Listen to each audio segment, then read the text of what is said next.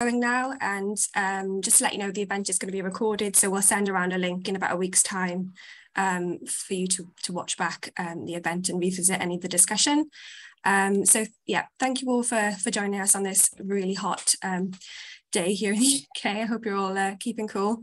I'm Charlotte, I'm the marketing manager here at 𝐻𝐚 and accelerate.sport, and we have some really interesting panelists here from the sporting industry.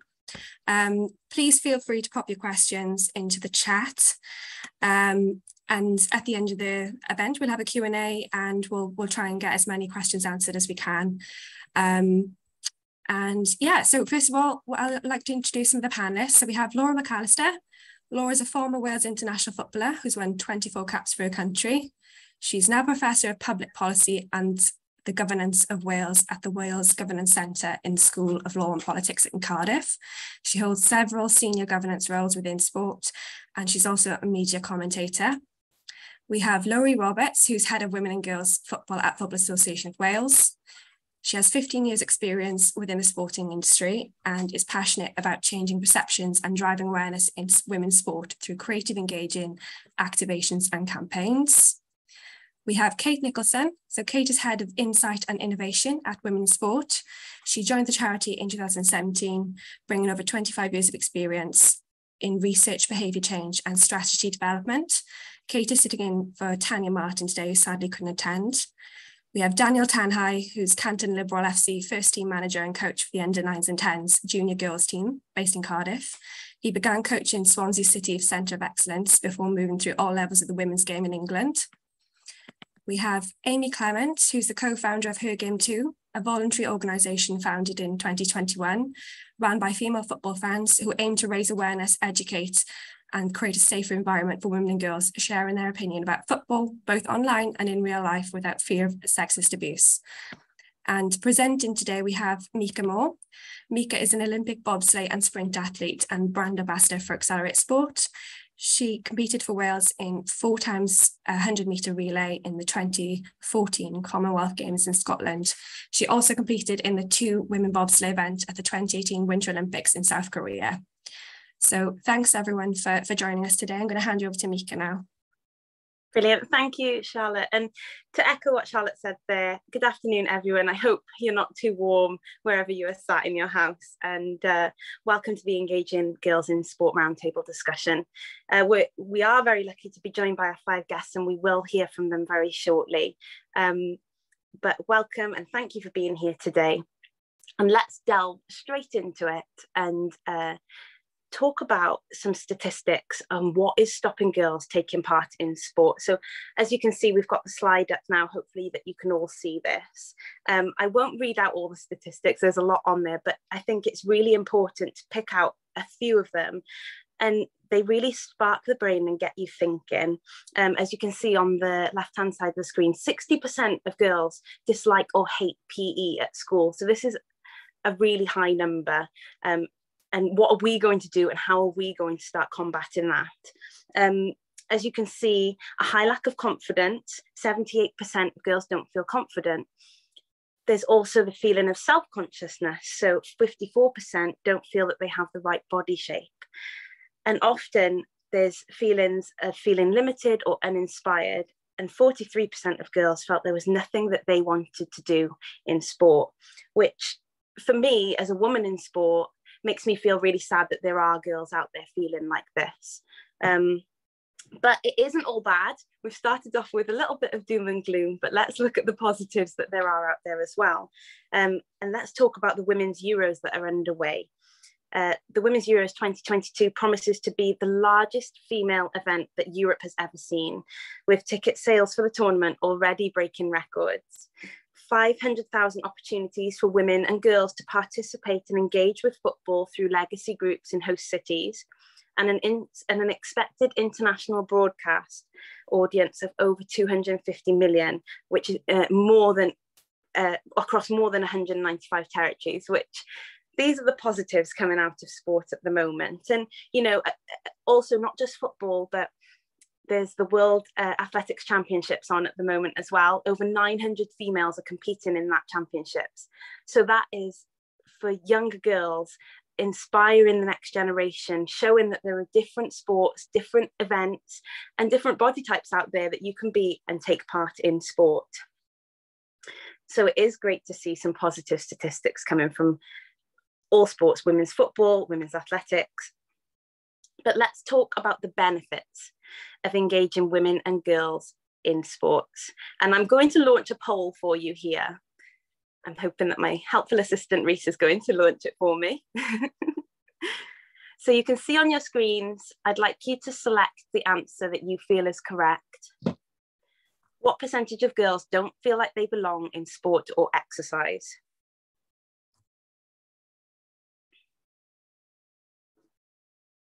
So we'll give it a second and I'll release the answers into the chat again.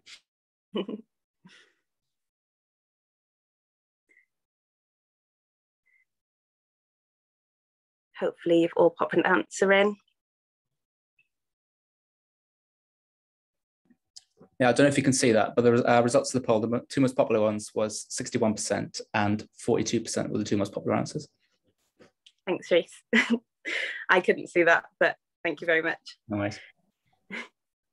So, you know, if we're talking about engaging girls in sport, let's talk about the benefits and what are some of the benefits for clubs and engaging girls in their sport. And Kate, I'm going to come to you first on this. So what are the benefits to clubs?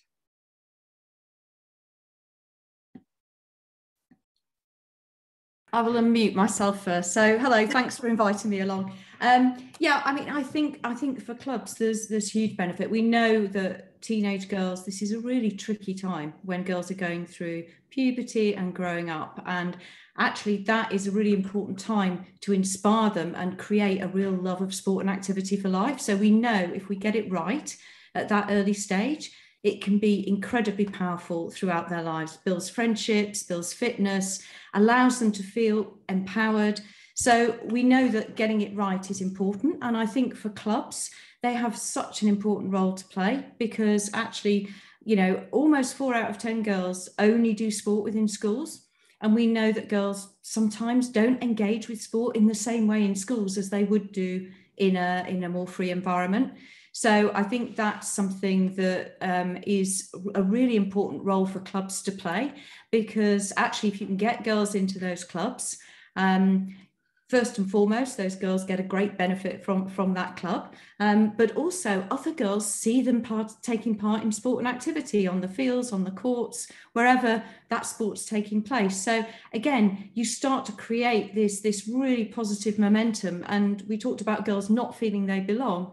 That's a way to really help them feel they belong. So I think there's a really important role for sports to play at that critical teenage stage.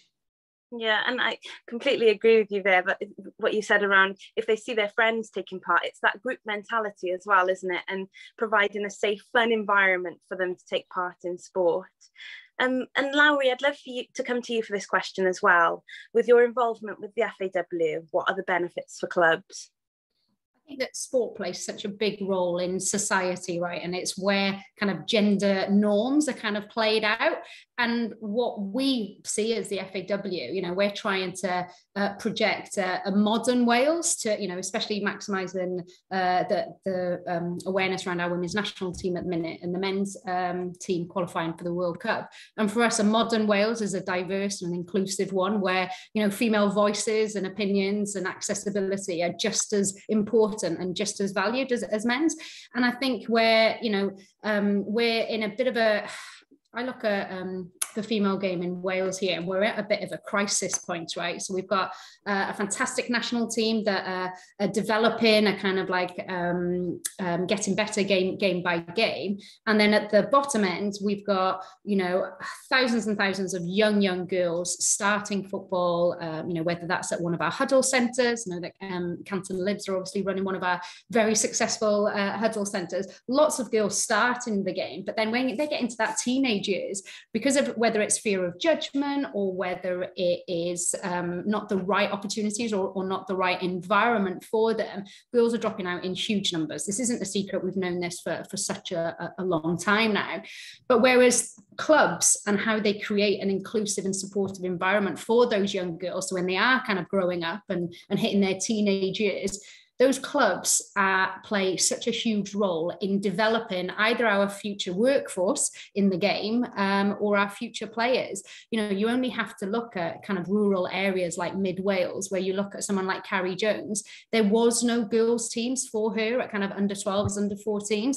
So she was lucky enough in her case where, you know, the local boys team completely included her, provided her with that incredible platform for her to achieve her potential and go on to incredible things, right? And I look at kind of 𝗟𝘂𝗿𝐻 and 𝐷𝐿𝐴𝐻𝑚 𝐌𝐸𝐻𝑆 now, and they're reaping all of the benefits and the incredible momentum behind being responsible for developing Carrie Jones now, right? So what I will say to some of those clubs, that who knows who might be coming through your doors. You know, it might be the next 𝗟𝘂𝐿𝐴𝐻, but it's more likely to be the next 𝗍𝐵, because we know that the majority of our men's internationals are in kind of elite academies from such a young age. So realizing the potential of who you could be shaping and developing for the future would be my tip to clubs.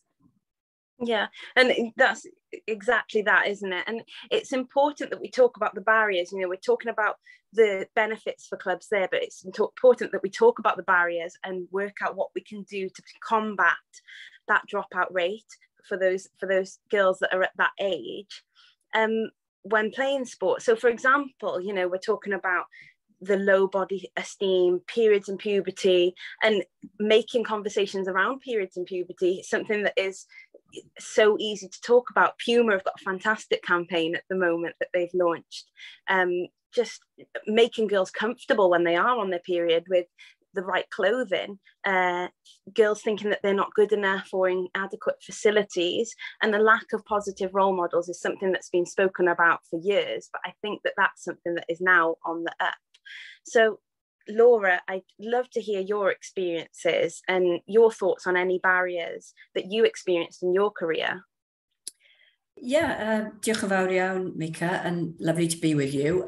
Yeah, to be honest, I'm going to say something a bit radical here, just because I get increasingly frustrated about how we're going over old ground with these debates. You know, we had these debates when I was playing football. Laura's quite right to allude to them because they affect how girls experience football now, and indeed for that matter all sports. But it's a huge source of frustration to me that we're still having the same debates about why girls are put off sport, as if it's girls' fault. And I'm not criticizing anybody here. It is not girls' fault that sport is not attractive to them. It's the way sport is organized and run and governed and managed mostly by men.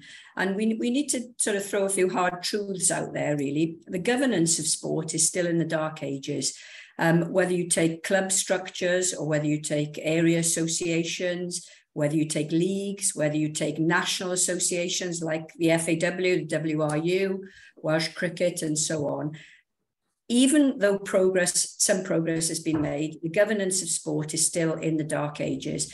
And I don't think in any other sector we would be comfortable to revisit these kind of questions about how girls receive sport whilst we have such a flawed infrastructure. And the reason I say that is because it's about voice, it's about agency, and it's about knowing how to strategize to change some of those pretty abysmal statistics that you've displayed on the screen there.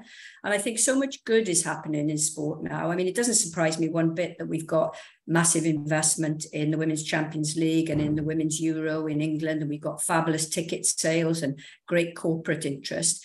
Because in a way, women's sport has always been box office. It's been men selling the tickets. So until we get that right, we shouldn't be surprised when things fall into place as they have now, but we should demand much, much more. We still have a lot of clubs in pretty much every sport, except sports which are female dominated, like say, for example, gymnastics, netball, and so on. In virtually every other sport, it is men making decisions about how girls and women receive sport and enjoy it.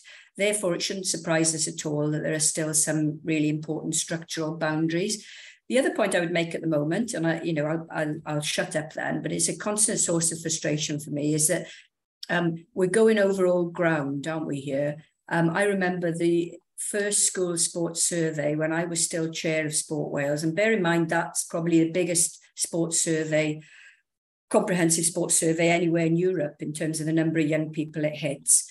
We were told then, so that's at least a decade ago, that the things that girls want most from sport is some acquisition of skills, mostly fun activities. There's got to be an enjoyment element in it. And secondly, doing it with their friends. And if we haven't provided those three things, we're all failing in sport, because that's not much to ask, is it really? They're pretty basic things. So I think my kind of challenge to everybody who's working in sport is to take a good, long, hard look at how you do things. And if you're not doing those things right, you need to go back to basics, and you need to make sure you've got women and girls' voices at every tier of your organisation. If you haven't, you're missing the boat on probably a whole host of those areas. And I really appreciate your honesty there, Laura, because it is a difficult topic to talk about. And as you say, it's something that's been talked about for years. And through all my time in sport, all I think of when I think of the infrastructure of my sports is I think of white-haired men in suits who are running behind the scenes. So I suppose a question I'd love to ask you as well is how, for women who want to get behind the scenes and progress their sport, because I had an opportunity the other day to apply for a position at Tennis Wales, and I didn't feel that I had the credentials to do that and the confidence to do that. So how could you, what advice would you give to women who want to help within sport behind the scenes? Well, I understand that entirely, Mika, because there's always a sense that, do I know enough, and am I confident enough, and have I got all the requisite skills to take part in these areas? Well, my advice to you is have a look at the people who are currently running sport, and you'll find that in most cases, they don't have the requisite skills. They have some of the experience, but they certainly don't have a contemporary and up-to-date grasp of how sport should be run. I can guarantee you that virtually any woman on this call will offer something better than most of the men who are currently running sport. Most, because there are some really good men in sport as well. And believe me, we need their allyship. We need them to champion women. We need them to nurture women. We need sometimes them to move aside to let a woman come through, because it can be hard to relinquish power, but that's a really, really important thing. But I would say to anybody who's thinking about getting involved in the governance of sport, do it. Because honestly, when I finished playing football, I knew that I wasn't going to be able to go down the coaching route for time reasons. And I sort of accidentally got involved in governance through joining the board of UK Sport and then Sport Wales, and more recently working with 𝐿𝐴𝐿𝐴 and the team at the FAW and UEFA. But it's been every bit as fulfilling as playing. For me to feel that I can add my strategic thinking to how we develop our sport is as important to me as going on the pitch wearing the Welsh shirt, because I really care about the next generation of players, and I don't want them to experience the kind of things that we all experienced growing up in our sport. And by the way, if you were to do a really brutal warts and all analysis of sport, what you'd find is that the sports that are actually well run with regard to girls and women tend to be the ones that get least media attention. The ones that are less well run are the ones that are most popular in terms of public appeal, so rugby, football, athletics, and so on. And there's a reason for that, because at the moment there's very little space for women to penetrate those worlds. It would be relatively easy, I think, to get involved in the governance of some of the smaller sports. And I would advocate that, because they're just as important as rugby and football and the other sports. But it says something about the reluctance of some people to relinquish power and make sure that their sports are representative and where women have real agency. Yeah, thank you, Laura. Thank you so much. And Amy, we've talked quite in depth there, but what about the sexism in football? We know that this is a bit of a barrier for participation, but how can we combat that? Absolutely. I think something we've learned since starting the campaign last year is just how many levels that sexism exists, and therefore how many barriers there are at every level. And that's from, like girls at primary school all the way up to women working in the Premier League. Like we've seen and spoken to women from all of these parts of the sport and understood that, okay, this is a deeper problem. But in terms of moving forward and how how do we get through those barriers? How do we lift those barriers? A lot of it does start with education.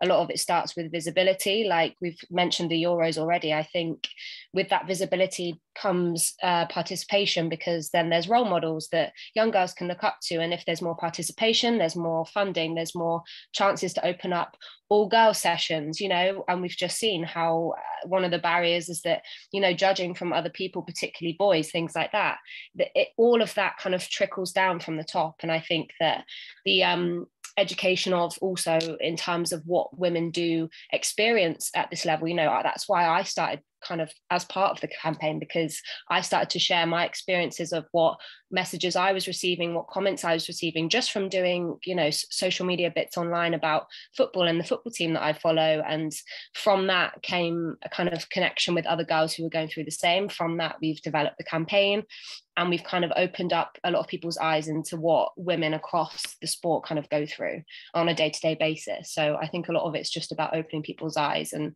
educating in that way.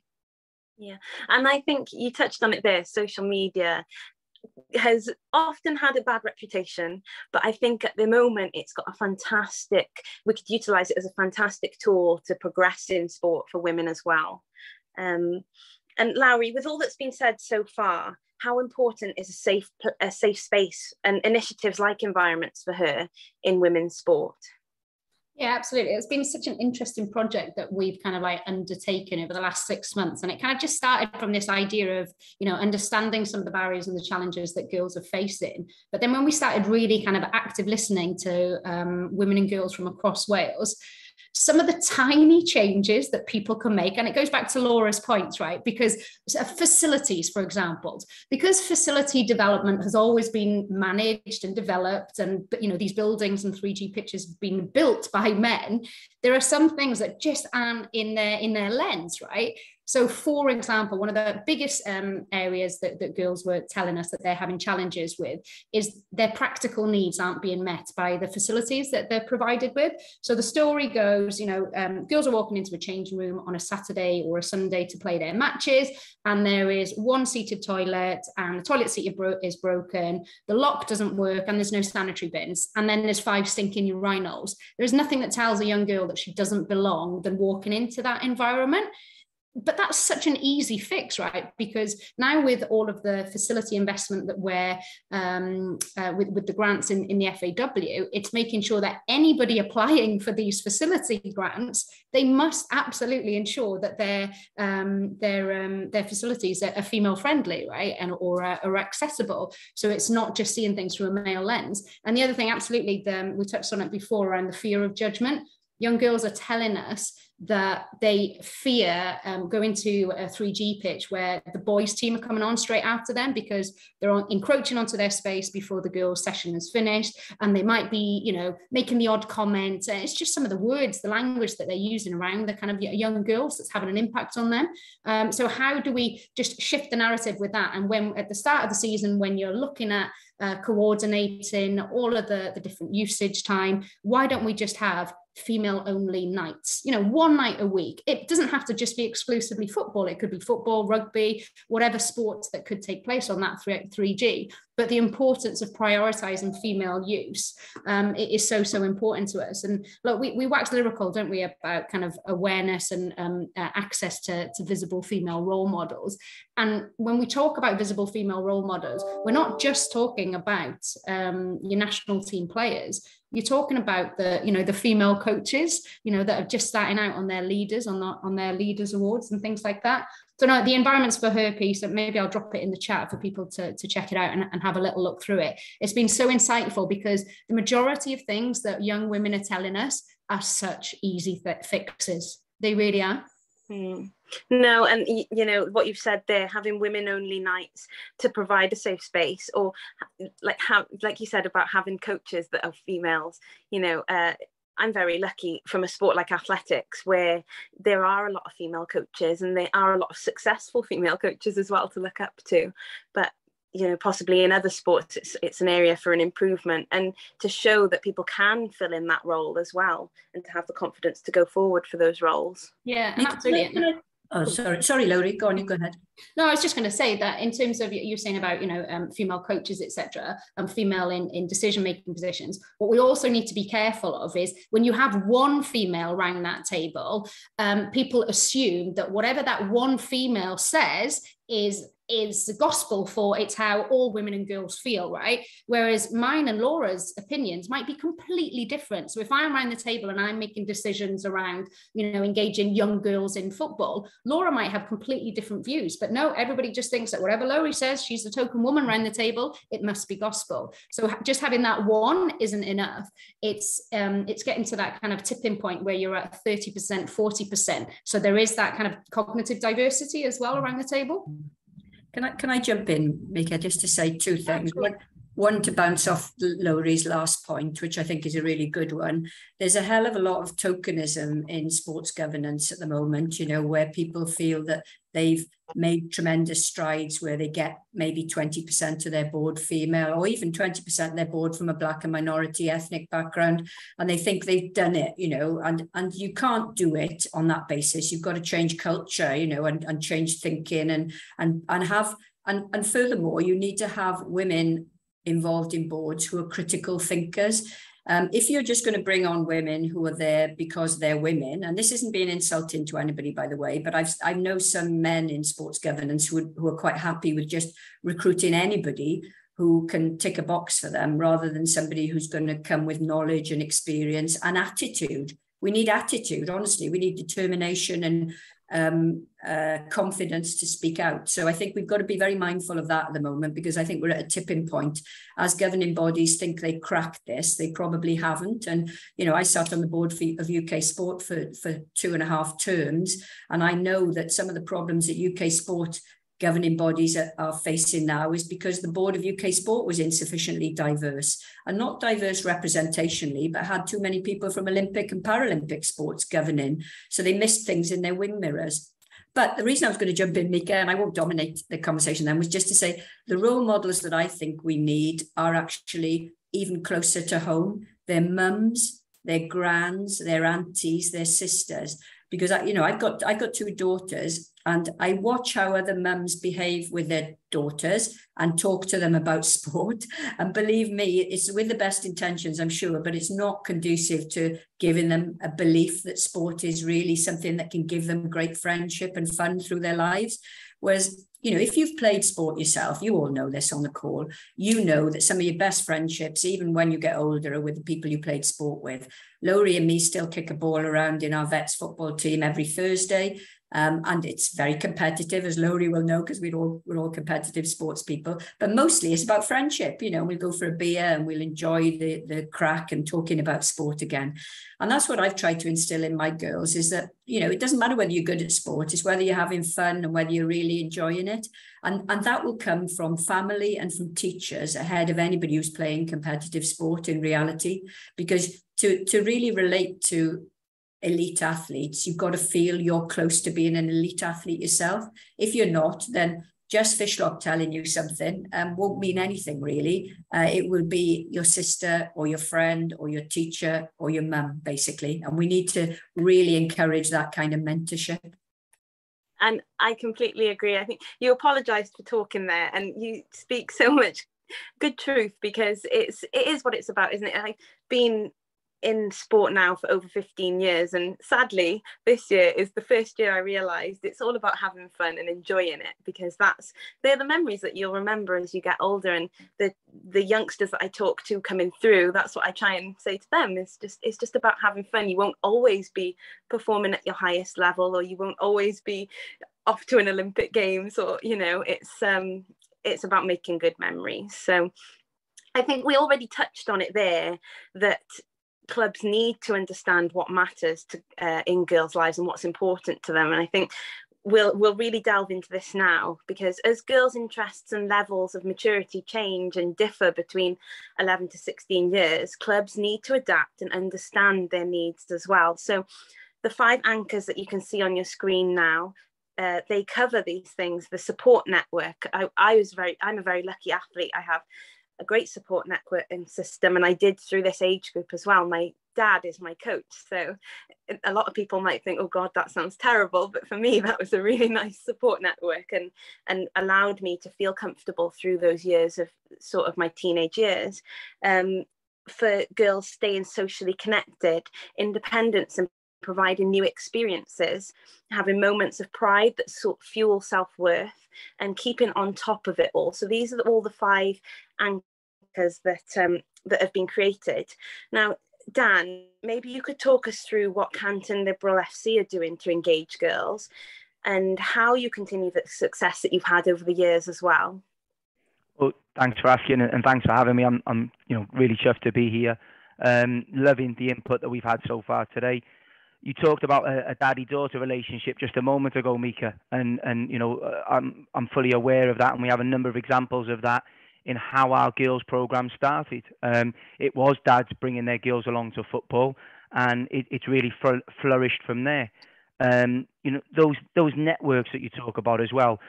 Girls, I tried taking my daughters to boys football because it was football. The penny didn't drop. It didn't work for them. What worked was seeing other girls playing and enjoying football, and that's what's encouraged the participation that we've seen, throughout our community, from ages of little 4-year-olds, love them, up to as old as 13, 14. And I really believe that when you ask the players, why do they come? What do they want to do? They're genuinely there to enjoy, but also to be better. They want to know how to be better and how they can tell the ball to go from A to B. And I'm sure that relates to other sports as well. And creating an environment that is safe is key. Certainly we want to make sure that the girls feel comfortable, because you have girls of all ages, all different backgrounds, and making sure that there's no pressure on them whatsoever. That simply by joining in for as little or as long as they can do, we're absolutely thrilled with that, and we really celebrate it. I think the key thing for us is volunteers, Mika. How can we keep our volunteers and grow our volunteer base? Because as numbers grow, we need more hands on deck. And I want to pick up on something that I think it was Laura and 𝐿𝑚 kind of came across in terms of females that get involved in coaching, if you like. Maybe they played the game before. Well, Laura gave a great example then about nans, aunties and mums.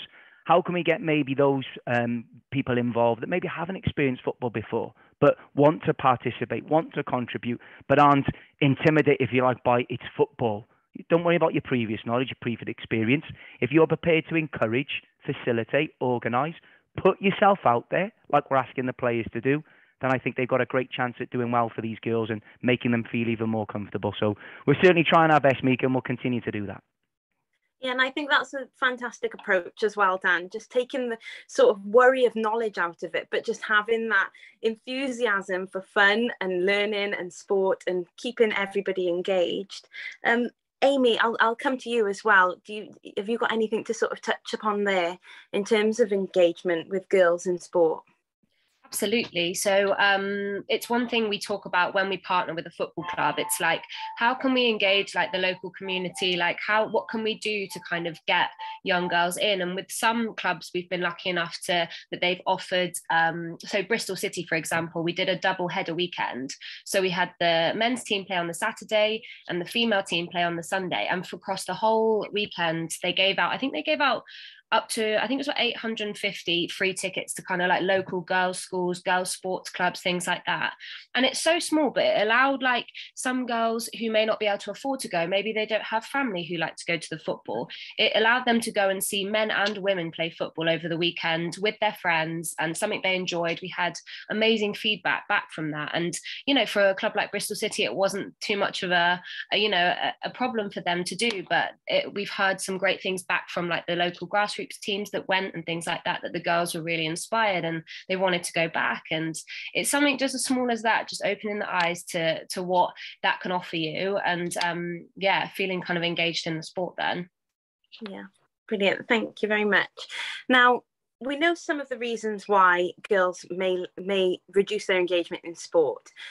But how do we combat this? So Women in Sport have designed 8 principles for success to be used to rethink existing programmes and develop new ideas for engaging girls in sport. So as you can see on your screens now, there's the 8 principles for success.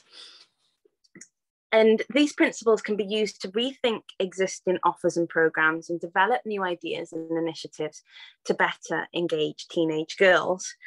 So ranging from no judgment to emotional rewards, as we spoke about previously, rather than the winning side of things, having that pride and you know, having that pride of your successes through sport, giving girls a voice and a choice, and creating truly relatable role models that we spoke about as well, you know, not just the people that are right at the top, but throughout the stages of the sporting career. What does that look like, and how can we provide those sporting role models for girls? I actually spoke to someone the other day about, now everyone gets scared when I say this word, TikTok, but it's a fantastic platform for utilizing and engaging the younger generation. If they can see that someone that they might be following on TikTok is going to try out a new sport, then they might think, oh, actually, I might go give that a go. It's utilizing what's already there and already current and growing to engage the next generation. And, you know, with the world of social media, that is so important. So Kate, what can clubs do to engage girls in sport using this guide and the 8 principles for success? And can you talk to us a little bit about the work that you've done with Accelerate Sport to provide an e-learning, oh, sorry, Kate. Kate, sorry. To provide an e-learning space for clubs and the national governing bodies? Yeah, so just to give you a little bit of background, what we did, and I think what you were saying, Laura, is really important. We go back and we talk to the girls. So we didn't want to just understand their motivations for sport. Actually, we want to understand them as girls. What do they really want from their lives? And I think that's something that you first and foremost need to think about, is actually you're not trying to drive your sport and drag it to the girls. Actually, what you're doing is you're really making it relevant for them. So I think that's the first thing that I would say. I also think that often we talk about girls as one homogenous group, and we tend to say, a little bit like you were saying, you're the token woman. They say teenage girls don't want competition. Teenage girls don't want this or do want that. You've got to think about the different girls that you've got there. So I think, again, really important, what we always advocate is to start with the girls themselves and think about, from the girls out, what would motivate them, what really does light the touch paper for them. And so some of those principles, I won't go through all of them, but I think something like Invoke Excitement, I think we sometimes forget it isn't, you know, when we're talking about getting girls active, it sometimes becomes a prescription almost that, you know, they need to get active. But actually to create something that's truly exciting and truly adventurous that they really want to do. And we often talk about FOMO and fear of missing out. You know, that's the bar we should be setting, something that they just really get inspired about. And too often I hear about sport almost being developed for a particular group of boys or men, and then a bit dumbed down for girls, because again, they want to have fun, but we need to think about, what does fun mean? Actually, does fun mean not having a purpose? No. Does fun mean not having competition? So sometimes it's just sort of rethinking that a little bit. And I think also just that moments of pride is super important. And I think, you know, especially when girls are going through puberty, and, you know, I think to Laura's point, girls don't have low confidence. It's not that they're born with low confidence. It's the fact that actually within that sporting context, they don't feel supported, and actually that confidence starts to wane. If somebody doesn't think you're going to succeed in something, or if somebody thinks you're only going to be this good at it and not this good at it, then more often than not, you don't live up to that expectation. So I think, again, thinking about those moments of pride beyond winning, what are they? What can you do to really reinforce those times when girls feel really pleased about it? It's not just about winning, it's about other things. So I think, you know, there's areas there we can really think about doing. And I think we say give girls a voice and a choice, which is super important, but not just necessarily ask them what they want, because if they've only had a narrow experience of sport at school and they've only done one or two things, asking them what they want won't be helpful. So open their eyes up to what's there, all the different possibilities that are there for them. And really, I think, approach this in a slightly broader way than we've done before. Instead of sport out, as I say, think about those motivations we heard about girls, gaining independence, wanting to have that support network, really important elements that are happening during teenage years that sport and exercise brings in buckets, if you like. And if you're taking part in a football team, some of the skills that you learn there are absolutely incredible, and they take you through life. So what we've done, we've developed, as I say, from lots of ethnographic work, so going and actually spending time with girls, bringing them in onto communities so they can help develop the ideas for us. We've developed some of these principles, and as you were saying, if you can think about checking and sort of challenging your existing and thinking, have I actually thought about these different elements? How can I stretch what I do? How can I make sure I've given girls the voice and choice where they need to? How can I make sure that I've actually given them that emotional reward that is really important to fuel that motivation? So I think it's about challenging yourself about how you do it and setting that bar really high, and thinking about that. And what we have done, which has been brilliant actually, is working with eCoach again to develop a program, an e-learning program, which can help you sort of interrogate those different principles, think about how you might reframe and reset things. And I think, you know, post-COVID, we've got a great time actually, I think, to maybe do things differently and learn from what we've done. I mean, I know I've heard a lot of football clubs have sort of merged online with other aspects, and you know, I think there's been some real creativity out of what's been quite a challenging time. So again, you know, I think if you can inform yourself and prompt yourself to think differently, because we don't want to be doing the same as what we did and having the same questions in 10 years' time. But in order to do that, we need to really look underneath the surface a little bit more and question what we're doing, and not just accept this as received knowledge. Let's question it, let's challenge it, and bring the girls into the heart. Yeah, and I think the key word that you said there is to challenge yourself, isn't it? Because, you know, to go back to Laura's point earlier, we still are having similar conversations to many years ago. So let's really challenge ourselves and create a difference over the next, you know, few months, not years this time.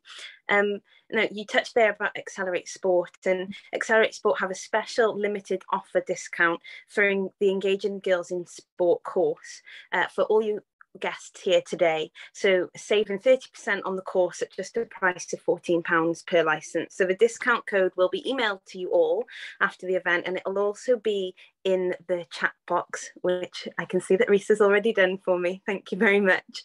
And meetings can also be booked with Accelerate Sport to discuss a range of courses on offer, from equality and diversity, tackling racism and mental health.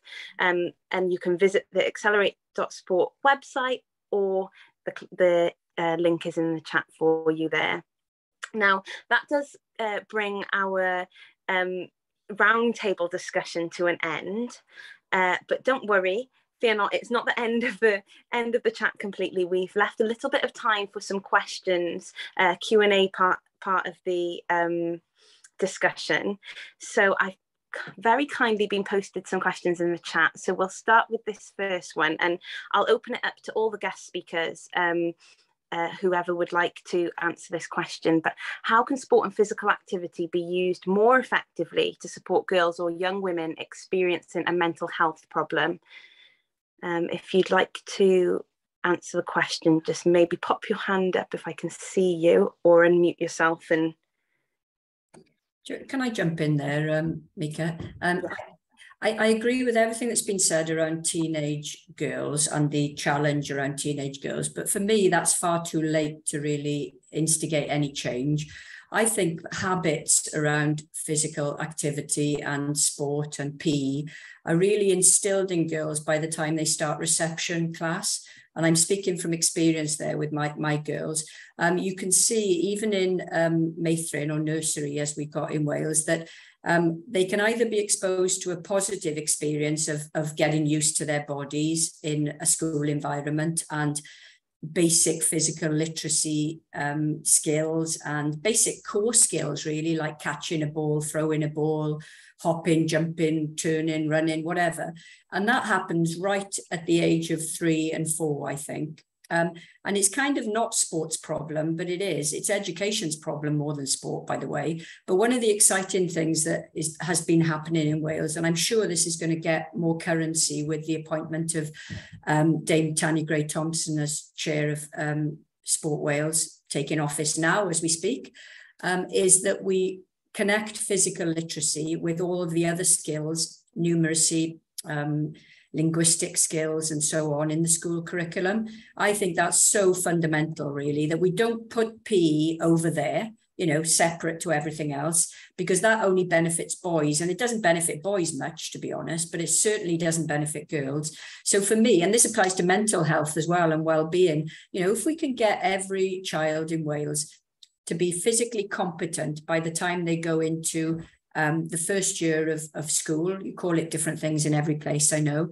after reception, then I think you can hook them into being in charge of their bodies and in charge of their minds, because clearly physical health has a relationship with mental health. At the moment, we're not doing that, whatever people are claiming. We're certainly not doing it in Wales, and we've got a commitment to physical literacy integrated in the curriculum. So we're ahead of England on this, and we're not doing it well. So I dread to think how it looks in England at the moment, but I'm hopeful that Tanni will really accelerate this now in her period as chair of Sport Wales, because for me, that's how you stop the rot at teenage years. You don't intervene at teenage years, you intervene at 3 and 4 to get change. You know, and I think that's a fantastic point. I think that it's so true, isn't it? It starts and it stems from when you're younger, so that when you get to those teenagers, you're already blossoming with your thought process around your body, around your physical health, and everything in that aspect. Now, Dan has got his hand up, so I'll go across to Dan, and then we'll pop over to Amy as well.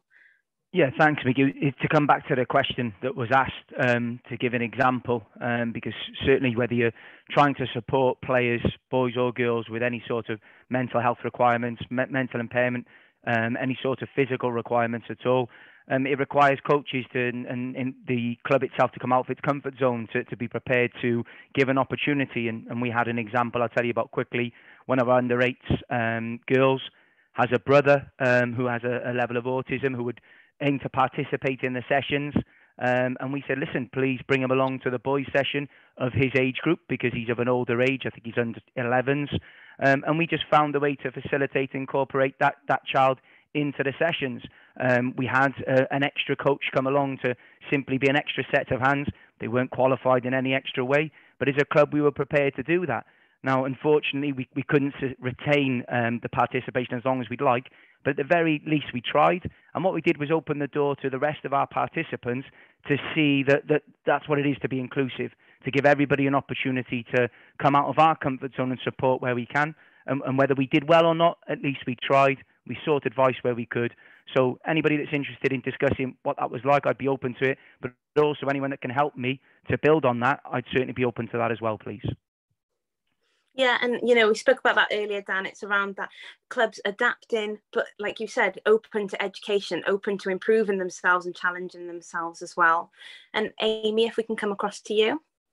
Absolutely, yeah, no, just going off what Laura was talking about just then, about, you know, with it almost teenage years almost being a bit too late, because I've come across so many times where we've had reports come through from coaches or grassroots teams, and they've had kind of sexist sort of judgmental comments from boys the age of kind of 7 or 8 even. And at that age, if there's girls playing with them at that age, that's already starting to kind of, you know, settle into their mindset about what sport is and who can be involved in sport. So like you say, by the teenage years, they're sort of, are they done with it already? So I think there's a lot of work to be done even in, you know, like primary school age, which seems ridiculous because, you know, these kids are so young, but it is really interesting to see just how early those comments and that sort of ideas start about who's included in that sport.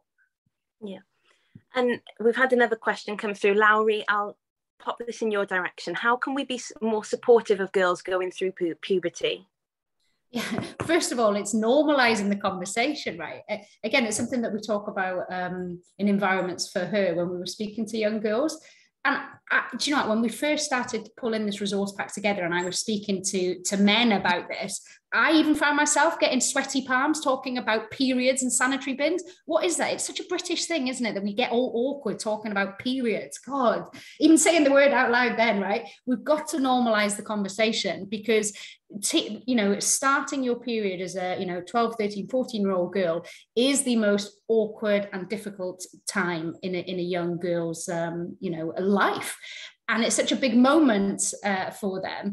We're just making things even more difficult for them if we're making it like this taboo subject, or we're not making sanitary products like easily available to them, or not considering their needs.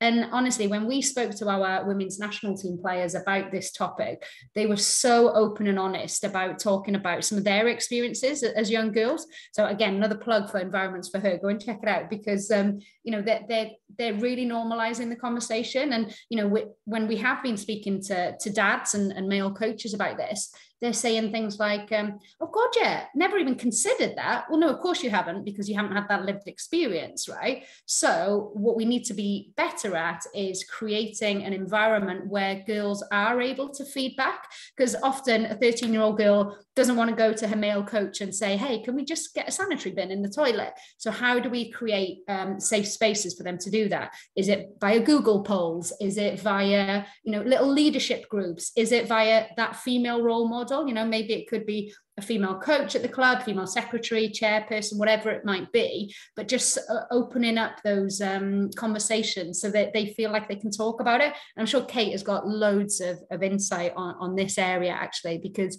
I was reading a lot around your resource pack, and it's very similar to what we're hearing from girls.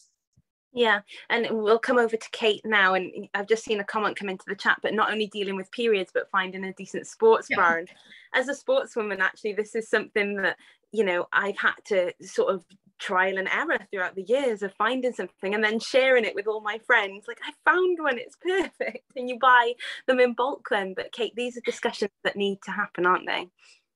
Yeah, and I think, you know, Larry, you're absolutely right. We don't have the discussions, and the girls actually need permission to have those discussions, because otherwise they're embarrassed about doing it. But I think the other thing to bear in mind is that when girls are taking part in sport and exercise, there is no one to tell them just the little tips about how to actually manage things like periods and sports bras and growing up within a sporting context. So actually what we hear is lots of girls, it's trial and error. So they wear the wrong bra, they get laughed at, somebody jokes about it, they feel uncomfortable. And actually that can have a very big impact on how they feel about their body shape. We talked about over 40% of girls thinking, actually, I don't have the right body shape anymore when I come into sport because of some of these bad experiences. And I think, you know, we have to think about tackling and just helping girls really understand that. And I know we've just launched an initiative called Big Sister. And what we talked to girls, and they wanted some older girls to advise them and to give them some help and just tips and advice really from experience on how they could navigate that whole sporting landscape with periods, with going through puberty and change, sports bras, all of this, so that they can just get a little bit of tips and advice really from people that have recently been through it and really understand what these girls are going through. And I think, you know, it's really important that we don't just let every girl think they're the first one that's had to go and play a match when they've got their period, or go and play a match when, you know, they're starting to develop. Why don't we help them a little bit more? So I think, you know, as coaches in clubs, there's a real opportunity, if you understand it, to be able to provide some resources, provide some support for those girls so that they don't feel uncomfortable and they don't feel discouraged by actually going through puberty. So, you know, I think that's a really important thing to think about. Yeah, and you know, you spoke about Big Sister there. I wish I had a big sister through my time in sport, but someone's asked, is there a link to more information on the Big Sister initiative? Yeah, I can put a link in the chat for you. I'll hunt it down. But I think, you know, we've got a group of girl ambassadors who've been absolutely amazing, who've come in sort of 17, 18-year-olds, and they're the ones that have helped shape this. And it's been really incredible because they understand how to talk to these girls. And again, we're not getting them to give real technical information, you know, it's just little tips and support and encouragement and just the feeling that these girls are not alone and dealing with it. So I'll put that link in the chat for you. Thanks. And another question's come in, and Laura, I'll sort of direct this to you, but as a male advocate for women and girls in sport, what can men do to improve their advocacy? Yeah, I had a little go at answering that in the chat because I didn't know if we'd get to it in time. So I just picked on, there's lots you could say here, of course, and the others will have their own views. But for me, it's about men being prepared to do some of the critical challenge, you know, to actually stand up to bad behavior, sexist behavior, or even just old-fashioned attitudes, you know, where the issues that the others have addressed don't feature in conversations or agendas. I think that's really important. It's also for me about really making the space literally and metaphorically for girls and women. So that means sort of saying, this isn't good enough that the best facility we have is dominated by the men's and boys programs. You know, we need to carve out space for girls and women. And it's exactly the same with governance and boards. You know, if you feel that the balance on the boards, and I noticed a question further up the chat around the UK Sport Governance Code, and we've got our own in Wales, which is slightly different. I'm all for codes, I'm all for governance frameworks, but they're only as good as how they are interpreted on the ground. And if it becomes just a simple checklist or tick box of due diligence, rather than an attempt to utilize it as a cultural and organic change for the sport, then they're not worth the paper they're written on, in all honesty, because you can always get a complement of women, just as you can always get a complement of disabled people or people from BAME communities on any board. But if they're there in a tokenistic framework or with the wrong intent, or if they're there not to be listened to properly, then there's absolutely no point. So I think it is about men really having those tougher conversations to save it always coming from us as women, because it's very easy for us to be labeled very quickly as troublemakers or agitators. I mean, I got no problem with that now by my stage of life, by the way, because it doesn't bother me one bit. But for younger women who are just coming through, it can be really difficult, you know, and I think it's important that men take some of the strain for that as well. Yeah, and I think it's right, isn't it? It's a difficult conversation for a moment in time, but if that's going to help progress on and improve the sport for everyone involved, then it's important to have those conversations.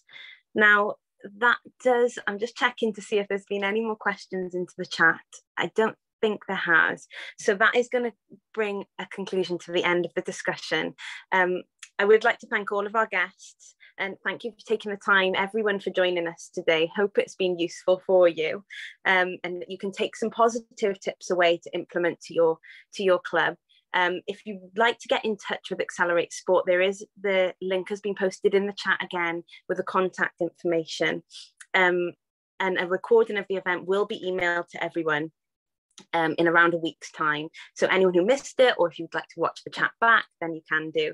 But thank you everyone who attended today. Diolch, and have a lovely afternoon.